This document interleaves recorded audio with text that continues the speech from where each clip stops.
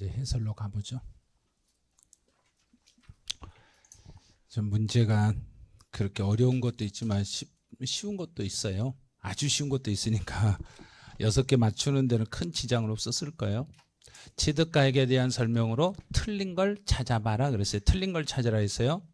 근데 취득 원가에 이자를 가산하여 이자를 가산하여 거래가를 확정을 했으니까 이자는 원가 안에 들어있는가 안 들어있는가? 들어있죠. 들어있으니까 그 이자는 취득가액에 포함한다 포함하지 않는다? 포함한다. 그럼 답은 1번. 이렇게 쉽게 줬잖아요. 1번에 지문 다른 거 안 읽어도 되게 해줬잖아요. 그래서 두 번째는 뭐냐면 이것만 보면 되죠. 필요경비의 산입. 다른 데서 경비 처리했다. 경비 처리했으니까 취득가에 포함한다 안 한다? 안 한다. 경비로 인정하지 않는다. 또 부정한 행위가 있으면 시가초과액도 취득가액에 포함하지 않는다. 또 똑같네요. 다른 데서 이미 필요경비에 산입했으니까 산입한 것은 취득가액에 포함하지 않는다. 똑같네요. 다 똑같이 해놨어요. 필요경비로 산입한 것은 취득가액에 포함하지 않는다. 그래서 답은 1번. 문제 2번요. 필요경비에 해당하지 않는 항목. 제가 분명히 이걸 고를 때 어떻게 고르라 했는지 알죠? 망치질하는 것과 붓으로 바르는 것 그것 가지고 판단하세요. 그래야 돼요. 자, 그러면 계량. 자, 용도 변경을 해서 계량 작업할 때는 붓으로 바르는가 때려 부셔야 된가요? 부셔야죠. 망치질하죠. 그러면 필요경비로 인정. 그다음에 두 번째 도로 신설. 도로를 신설할 때 붓으로 바르는가? 아니죠. 포크레인 막 파고 해야죠. 그러면 이것도 필요경비로 인정. 그다음에 자산을 양도하기 위해서 직접 지출한 비용 이것도 인정. 자, 그러면 이제 외장의 복구, 도장이 뭔가요? 페인트 칠. 페인트 칠하는 거 인정된다 안 된다? 도장을 몰라서 틀리신 거예요. 도장 작업, 페인트 칠하는 거나 우리 유리창 깨져가지고 유리 갈아 낀 것은 유리 하나 갈아 끼면 우리 집 값어치 올라간다 그대로다. 그래서 이건 수익적 지출. 4번이 수익적 지출이니까 필요경비로 인정할 수 없다. 자, 문제 3번. 필요경비 계산공제요. 토지, 등기된 토지는 몇 프로? 3%. 지상권, 전세권, 등기된 부동산 임차권은 7%. 그러면 2번 틀렸네요. 전세권은 1%가 아니라 7%. 그래서 2번 답. 부동산을 취득할 수 있는 권리 1%. 기타 자산도 1%. 그럼 답은 2번. 이제 장기보유 특별공제를 받을 수 있는 거 미등기 받을 수 없다. 3년 이상 등기된 상업용 건물은 받을 수 있다. 그럼 답은 2번. 조합원으로부터 취득한 조합원 입주권은 안 된다. 조정 대상 지역에 집이 몇 개 이상 있는 사람은 안 되고 2개 이상 가진 사람은 안 되고 외국에 있는 토지나 건물도 받을 수 없다. 우리 것만 받을 수 있으니까 외국 건 안 된다. 문제 5번이요. 옳지 않는 거. 이거 잘 봐야 돼요. 시력이 좀 좋으셔야 돼요. 장기보유 특별공제는 양도 가액에다 곱해라. 양도 차익에다 곱해라. 양도 차익. 1번 답이네요. 3년 이상 등기된 상가 건물은 장기보유 특별공제를 적용받을 수 있다. 네, 미등기에 대해서는 장기보유 특별공제는 받을 수 없다. 또 비거주자일지라도 국내 건물을 양도하면 받을 수 있다. 우리나라 거니까 받을 수 있다. 또 20년 등기된 상가 건물은 상가는 1년에 몇 프로씩 올라가니까 1년에 몇 프로씩? 2%씩. 그러면 20년에다 곱하기 1 해보세요. 40%다 최대 30%다.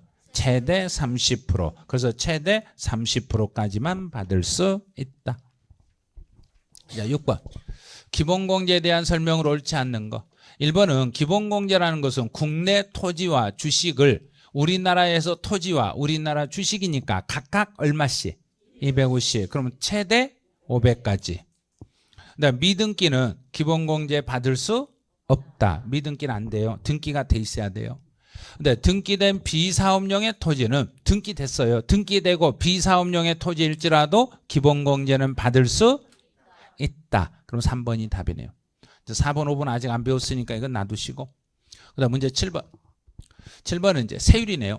다음 보기의 자산의 양도시 양도소득 세율로 오른 것을 골라라.